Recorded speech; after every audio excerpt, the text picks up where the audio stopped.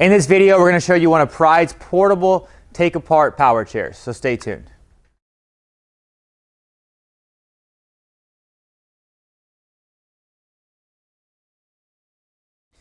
This particular unit here is called the Pride Go Chair. This unit's been out for quite a while now. I would say probably at least 5 or 6 years.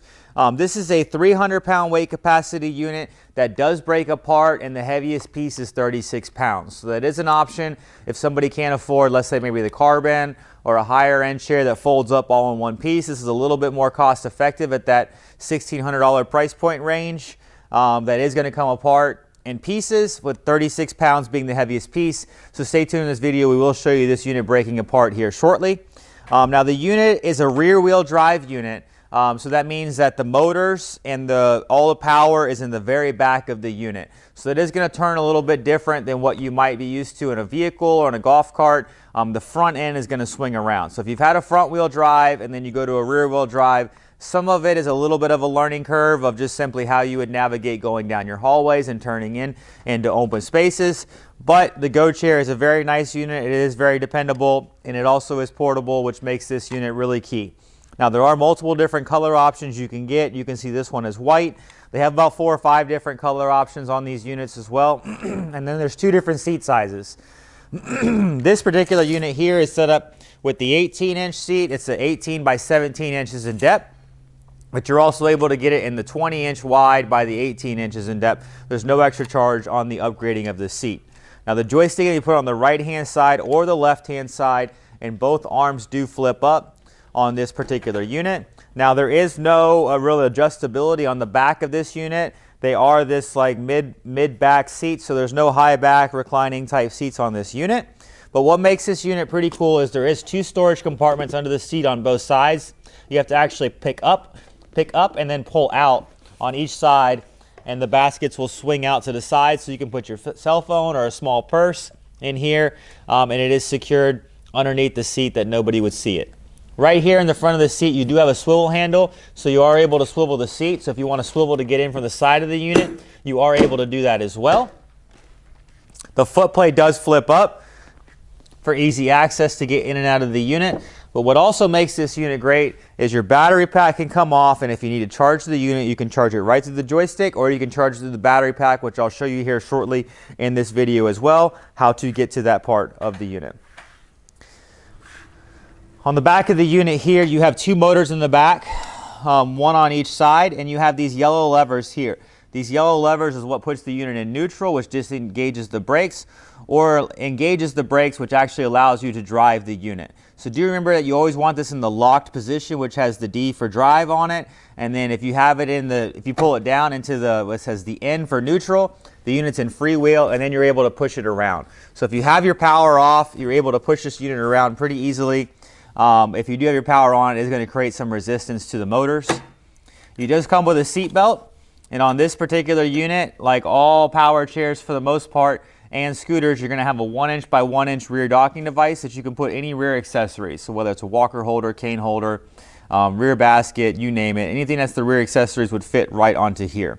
Now on these units, you do have the 18 or the 20-inch options for the seats, but do know you do have these knobs back here that you can loosen, and then you can slide your armrest in and out about 3 or 4 inches on either side to get more room for navigating this around or to fit inside the seat. This particular unit here, overall width, people like to know that whether they're going on a cruise or however they're traveling with this. This is 23.5 inches at the armrests, and at the wheelbase, you're at 22.5 inches. So a lot of cruise ships are 22-inch doors. This would actually technically be just a hair too wide for a non-handicap room on a cruise. But the batteries in this unit are an 18-amp battery. They're a sealed lead acid battery, and it is approved for all transportation. So if you are flying or you are going on a cruise with a handicap accessible room, or trying to take this on a train, these particular batteries in this unit, it does not matter what size they are, but for this, the sealed lead acid batteries are approved for all transportation. Now this unit, with having 18-amp batteries and having the 300-pound weight capacity, the total distance is only about 6.5 miles on a full charge. So this is not going to be a unit that's going to be going long distances. This is more for, hey, I want to go shopping. Hey, I want to go out to dinner. Hey, I'm going to go a mile or 2 around. This is what this unit's for. The 6.7 is the maximum distance. Now do remember, on any specs of any scooter or any power chair you're going to see out there, that's kind of an ideal condition. So if they say 6.7, I like to tell people 5.5. Scale it down so that you know you're not going to be stuck somewhere by trying to push it to its limit. You do have a battery gauge on here that's going to have 5 lights that are lit up showing you your battery status, and just imagine each light's going to represent about a mile. So do know when you get down to 1 light, you want to make sure you're not that far away from your desired location. So what we're going to show you now is we're going to show you how this unit will break apart. The first thing you're going to want to do is make sure your power's off, and in the back of the unit you're going to go ahead back here and you want to unplug your power, because you're going to take your seat off, and if you don't, you're going to be yanking on that cable. Now it does have a quick disconnect, but I wouldn't recommend yanking the cable apart. I would push the little button and then go ahead and release it. What you're going to do next, visual wise, it's probably the easiest if I show you by turning this around for the video purposes. But what you're going to do next is you're going to take the seat off. Now do remember, you have this underneath storage on either side. Those do have to be swung out to the side to lift your seat off, because they actually go underneath your seat post, and you will not be able to lift your seat off without those disengaged and swung to the side. Once they're swung to the side, you should be able to just lift your seat and set it off to the side like so. From here, you're going to have your battery pack. It's this unit located right here. If you grab the handle, it's going to have a little bit of resistance when you first get a new unit based on the Velcro that's underneath it. But this is your battery pack. Now this is probably about 30 pounds as well, but that has all your batteries. There's 2 batteries in this unit here. Now from here, what you're going to do, and we'll probably show you this on a video overlay, there's a little handle behind this seat post here.